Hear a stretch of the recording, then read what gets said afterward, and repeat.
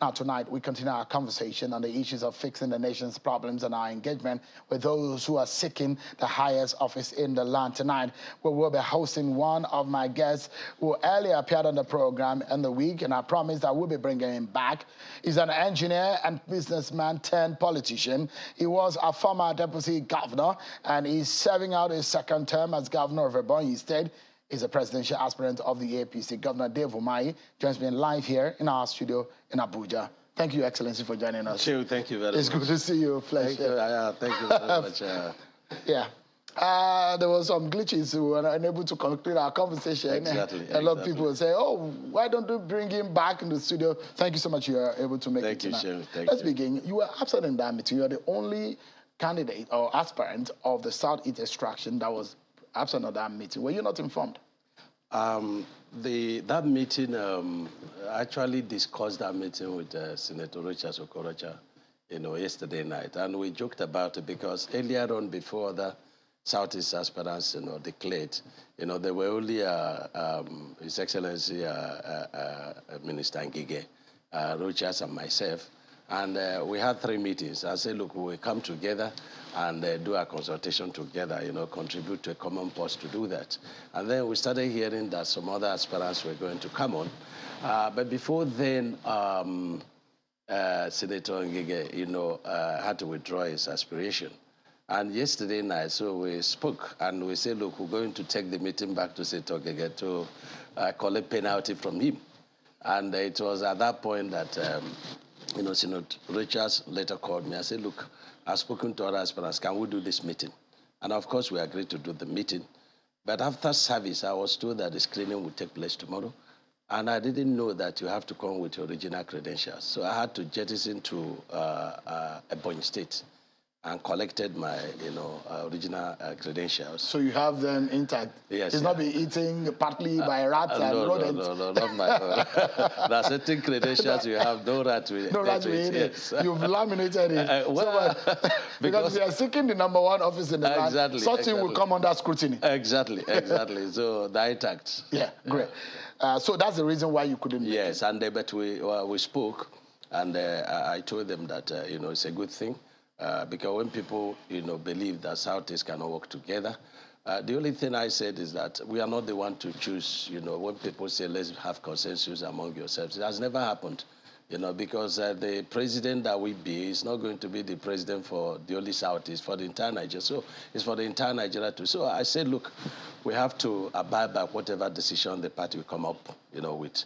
And if any of us is chosen, we should all come together. And so I contributed to that meeting, with respect to their resolution. Great. One of the outcome of that meeting is the fact that they will agree or abide by whatever decision the party. I mean, if the decision of the party does not favor the Southeast zone, would there be a different position by the Southeast aspirants? For me, I would say, look, I'm a party man. For me, and you heard the other aspirants, I don't think that they are men of, small integrity. They have said here that we all abide by whatever decision the party comes up with.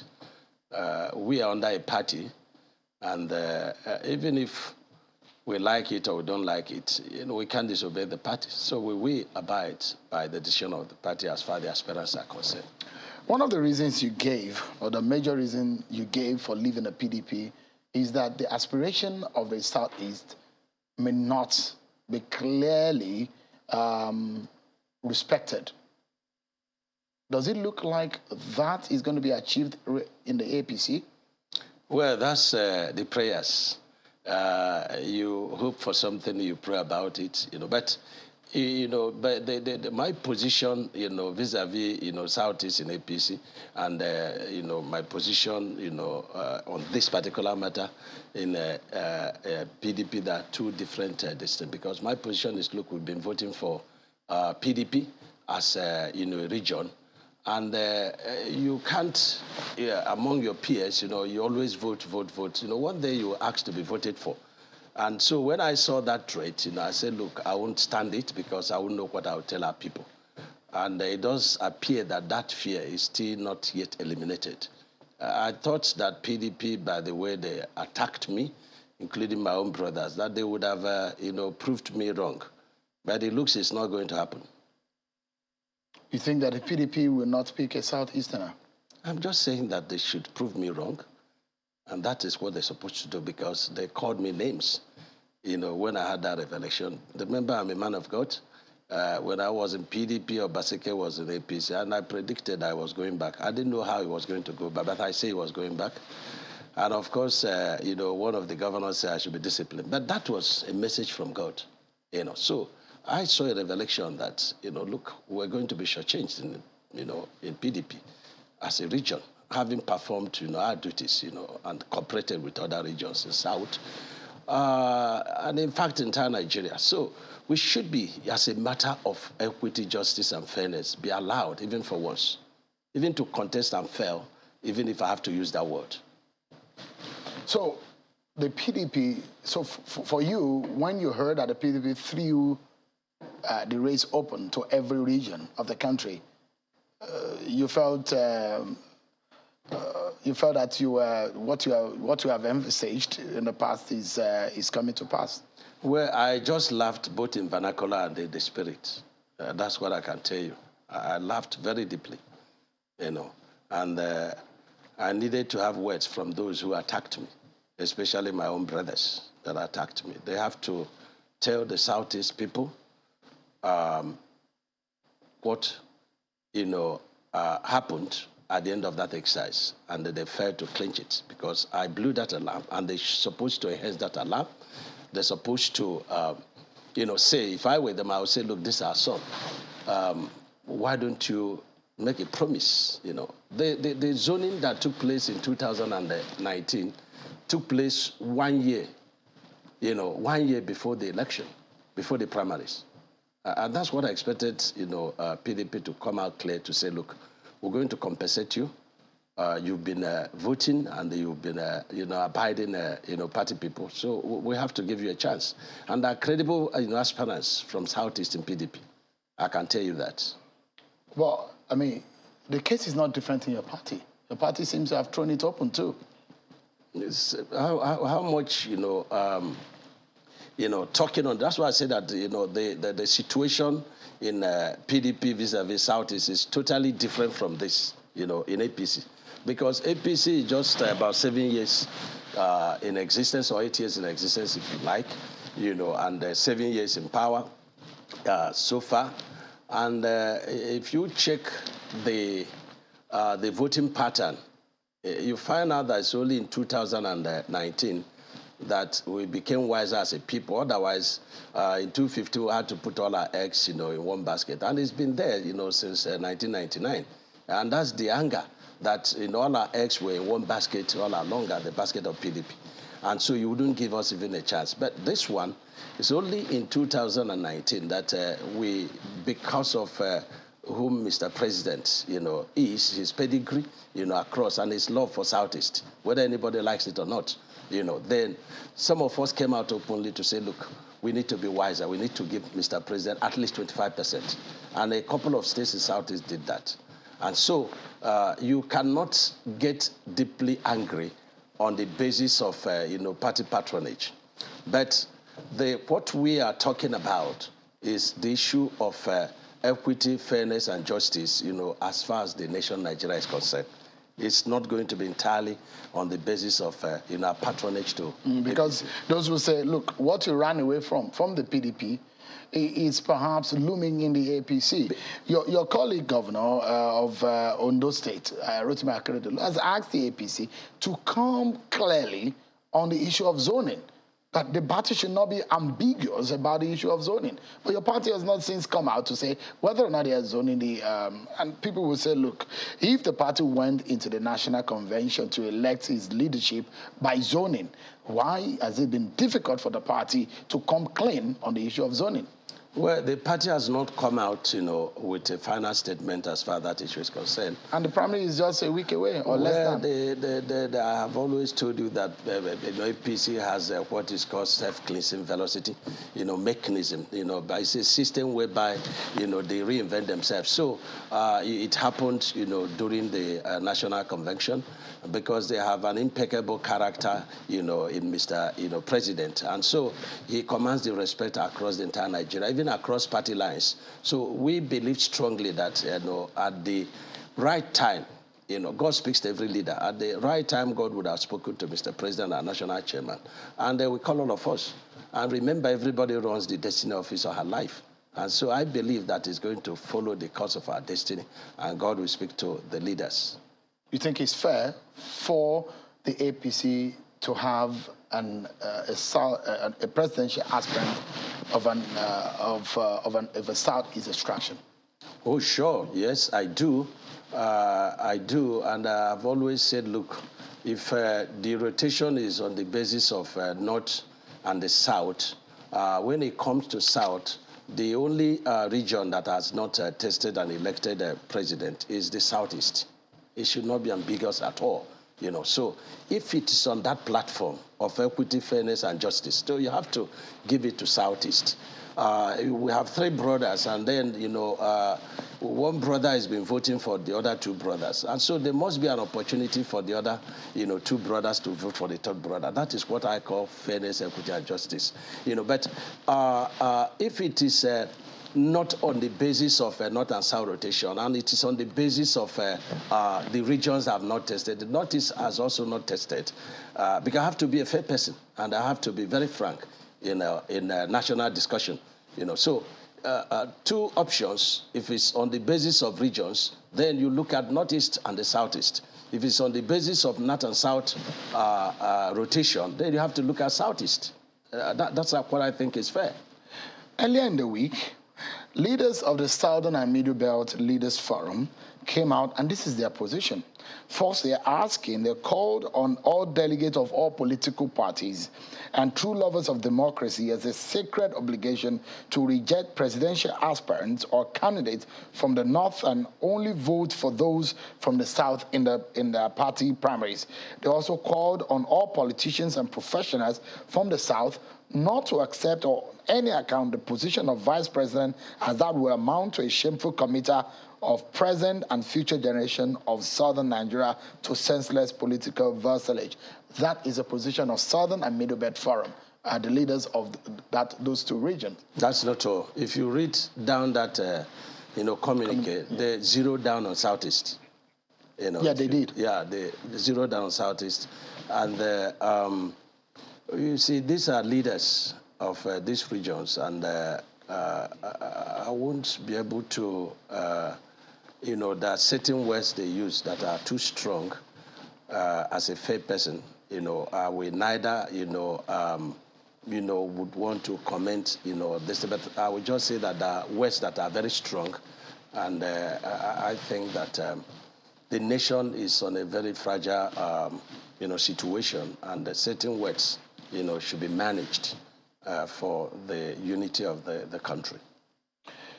We're due for a break in another 1 minute or thereabout. But before we go on that break, the question is that the delegates are almost, they know this themselves.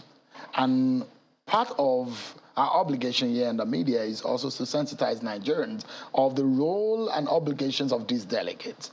How many of those have you contacted? How many of those do you have in the bag? In the bag in the sense that, have you consulted? Do you have? Because we know that your party will have about 7,000 delegates to the convention. Not under the signed Electoral Act. We don't know that it's been signed. Because I said not under the signed one. No, but the present one, because there are stories that the president has signed an amended portion of the Electoral Act. I think it's fake news. I think it's fake news. And any party that is conducting primaries that fails to abide by the Electoral Act that Mr. President signed, will be making a very dangerous mistake. Yeah. So this Electoral Act, as far as I know, is not yet signed. And I'm not going to stay here, Shehu, and tell you the number of delegates that are willing to vote for me. That apart from Ebonyi, what other state do you have? I wouldn't tell you because that would be exposing my strategy. Are you reaching out? Oh, sure, I am. But you see, I don't reach out, on cameras, because this thing's supposed to be, a kind of a secret, negotiation. I have a kind of a WhatsApp group, of at least 40% of the delegates. And, I move to states, but I don't move to states, to show myself on, television. So you've been doing quiet consultations? Yeah, quiet consultations. And if you check the pattern of, leadership, especially party primaries, it doesn't depend on how much, you run up and down. It's quite good, you get to know people, you get to know the states and so on and so forth, Been doing that quietly, but to sit and tell you that I'm going to get, this number of delegates, I'll be revealing my secrets. It's better seen on that day. We're going on break now. You were not happy when your former principal told you he has another candidate aside you. You wanted to run for governor in Ebonyi State. Yes. You were not happy. Yes. You ran in that primaries. Yes. And you won. Yes. This time around, you see yourself as an underdog? You see, these things, it's like I say, we all run the course of our destinies. My heart is very open, and I say to all my supporters and well-wishers, whatever that comes out of this primary is the will of God for me, because I've always been in the will of God. So I will not want them to be disappointed or to be appointed. Whatever comes out is perfectly God's will for me. So if you don't get a ticket, would you accept a vice presidential slot? I'm running for the presidency of the Federal Republic of Nigeria. And that is where my focus and that's my prayers. It is that or nothing? I wouldn't say it is that or nothing. But are you open to working I'm aside open that? to my destiny. I'm open to God's will for myself. If God says your destiny is a vice president? Who am I to say no to God? Let me tell you something, Shay. I always maintain that, in every project of mine, I'm running only against God or with God. How do I mean? You have a destiny, and so if you are running the course of your destiny, you are running with God. If you are running against your destiny, you are running against God. So it's all about, contesting with God. It is, with God or against God. So God is your partner in this one? Oh, excellently. He has been my partner at all time. All right. We'll take a break. And when we come back, our conversation continues with Governor Dave Umahi on his chances amidst the intense APC primary of next weekend. Plus, we'll be asking him his credentials. Why does he think that he's the best candidate or person for the to fly the flag of the APC? In that case, does he have the solution to Nigeria's problem? We'll dig deeper into some of these national issues and the solutions. Stay with us, everyone. We'll be right back. Welcome back to the conversation with the governor of Ebonyi State, Governor Dave Umahi, and APC presidential aspirant. Thank you so much, Your Excellency, for your time tonight. Thank you. It does look like there is a shift in the way things are going in your party. First and foremost, we saw all the candidates, all the aspirants were from the south. All of a sudden, we started seeing northern aspirants emerging. It was only one person from the north, that's Governor Yahaya Bello. But all of a sudden, there are now about 5 more northern aspirants. Is something happening in the background that we're not aware of? Well, until there is specifics, in terms of zoning, I think it's still open to all Nigerians. All Nigerians are free to aspire, but I believe strongly that all the aspirants are very men and women of strong, characters, and that the moment the party takes a decision, together with the leader of the party, Mr. President, then it's only one person. It does look like the kind from day one, Yahaya Bello, governor of Kogi State, was resolute. And he came out, in fact, he was one of the first aspirants in the APC that came out. What do you think about his chances as a colleague governor? It's difficult for me to evaluate another person's chances, over and above mine. So, you know the reason why I'm asking? No. From the North Central, Yes. is the only one. I don't know how many are from the Northeast. I think we have the Senate President. From Zamfara, it's Senator Yerima, former governor of Zamfara. From Northeast, also Senator Hamed Lawan. So there are people from the Northeast, not only one. But from the North Central is the only one. Yeah, because that's their choice. Okay. But why do you think that you deserve the flag of your party to fly it for the presidential election? I have the conviction, that God has hands, in my face, and the manner and the way I came to the leadership of the state of affairs in Ebonyi State was also by the finger of God. So whenever I get, leadings in my spirit about a matter, I go into it. And I go into it, contesting with myself. And I believe strongly, my faith says that, he that is faithful in a little has chances of more, given to him. And I think that in terms of, nearly all the indices, that are needed now to move what Mr. President has done to improve on them, because whether Nigerians, like it or not, this president has done very well. And so if it is in infrastructure, if it's in security, if it is, uniting Nigerians, believing strongly in one Nigeria, if it is in economy, if it's in indices of, state sustainability or transparency, I think that God has helped me to do extremely very well in each and every one of them. And the evidences are there. And I also believe that Nigerians are very tired of political promises.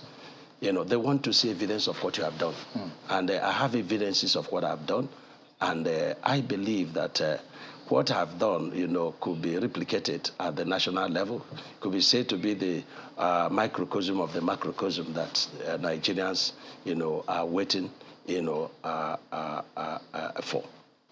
Let's take you up on your credentials, what you have done in Ebonyi State. Yes. Since that is the basis in which you said you've done little, you should be given more. In terms of security, situation is worsening in your region. Do you have an answer? Well, you see, the security situation in the country, I've always, told people that if we didn't have the kind of the president we have, that is very humane and not vindictive, nobody knows where Nigeria would have been by now. And so he has helped us so much tremendously, in the security of Southeast. This thing started like a joke, and today it is quite, a big issue. In my state, there was a time that the insecurity was, highly politically motivated. And the targets were Imo State, APC, and the Ebonyi State, the moment I defected. We didn't have this large scale of insecurity in my state until I defected. And, from security... So it's politically motivated? Yes, of course so you've heard... if there is a security is politically motivated, have you assessed what is happening also generally in Nigeria? Does it have a slice of politics in it? You see, the point I've always been making is that we leaders... we have to think about the nation first. But that's not what everybody is doing. There's less patriotism. If it is not going my way, it's extreme politics. So nothing happens. There are certain statements that we make as leaders, that tend to, elevate this, insecurity. So what you have done in Ebonyi State is bottom-top approach. We had to engage the natives, get some intelligence. We had to engage the traditional rulers. We engaged the political class. And we also engaged some of the bandits. We made contact with some of them. And so we had to say, look, what is your problem? If it's infrastructure, we've done that. If it's job curation through direct labor, jobs, we have curated jobs. Everywhere you go in my state, jobs are going on. Even as I'm talking to you, there is no local government in my state that projects are not going on. So what did the bandits tell you when you interface with them? They are angry. About what? About, lack of what to do. And so we said to them, okay, if your only problem is that, you didn't have formal education, there is no job for you and so on and so forth, we put them together and said, look, if you will stop, attack on our, strategic infrastructure and then killing of our people and attacking security agencies, we can rehabilitate you. And so we have rehabilitated a number of them. We even had to move from state to state, especially in Southeast, and ask them, look, if you have no means of livelihood in those states, please come back home. We'll be able to engage you. Are you going to build settlement for them too in the Southeast or in Ebonyi? No, we have this cultural affinity in Southeast. They all have homes, they all have relations, they all have families. What tribe are these people? Are they Nigerians?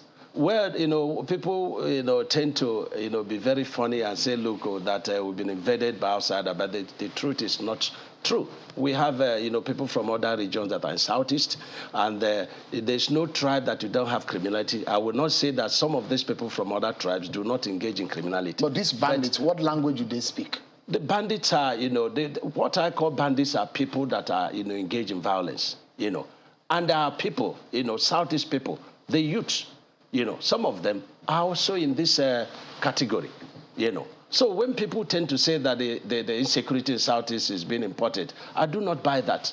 Because I'm a governor. I get security report. We have arrested a number of these people, and it should be about maybe 5 or 10% of the people that are outside, Southeast. So you cannot say when you have, up to 90% of our youths that are engaged in this thing, and you cannot say that it's been infiltrated by others. Should you, Governor Umahi, emerge as a president of Nigeria, do you think it will douse the tension in the Southeast? Oh, definitely. Definitely. The IPOB agitation will die too? Oh, yeah, definitely. Definitely. Because I've been to Mr. President, and I appealed to Mr. President. I said, look, a lot of people in Southeast have been brainwashed. And because when you're talking about agitation, and you are talking about no violent agitation, yes, even husband and wife, there are differences. In family, there are differences. But when you go to, into hate speeches, into name callings, and then insulting people from your region and other region, and then threatening them, that is no longer agitation. That is not agitation. When you said it's politically motivated, what is happening in the East? Have you been able to arrest or identify politicians who are behind it? Well, it is not, I'm not here to discuss individuals, but the truth remains that, some states, believe that they were not going to be attacked, but you don't go to make a business with a mad person, because a mad person, will not keep to the agreement. So all the states of Southeast have been attacked now. So should you be president, Governor Umahi, what would be your... Because a lot of people say, oh, the nation is very divided and all of that. What would be your paramount objective within the first week getting into office? The first thing to do is to travel through all the regions, and I want to hold stakeholders meeting. Why? Because we need to engage our leaders. I can tell you that a lot of our problems are coming from the elites. We need to engage them. We need to preach, a message that we have to have a country first before we could be this or that. We need to come together. When you see the Americans, they value their destiny, their nation so much. And that's why, they place their nation ahead of their own interest. They fight for their nation. And this is the kind of culture we need to, begin to imbibe in Nigeria, that politics cannot divide us, religion should not divide us.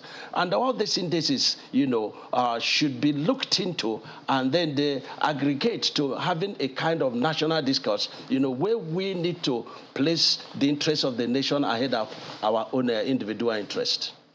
So, if you say Ebonyi State, what do you think your legacy has been in the last 7 years of leading that state? First and foremost is that, when I say that Ebonyi State agitation for Biafra, I say there is another different kind of agitation for Ebonyi people. Because in the Southeast, we way totally been underdeveloped. And so our people lost confidence in themselves, So before we came on board, and of course I must commend the first executive governor, Dr. Sam Ibu, and also commend my immediate boss, Chief Elechi. They all did very well because it's very difficult to lay foundation. People do not understand that for you to, push a car, it's more difficult than when the car is already, pushed. So I must commend them. But you see, through all those years, they were trying to build confidence in our people because there have been years of oppression and suppression, and they resulted to anger and loss of confidence. So we started working on the confidence of our people, and what we had to do is to begin to do, macro projects, right. Very, very serious projects that will not be found in Southeast. All right. So we showed some of the pictures of some of the things you've done, but on a final note, a lot of Nigerians are watching you now, Governor Umahi, and you will talk about Ebonyi and Ebonyi rice and all of that. But the question is of what economic difference or what magnitude of difference has that made in the economy of Ebonyi State in economy-wise, and how do you hope to transport that into the national economy of Nigeria should you be president?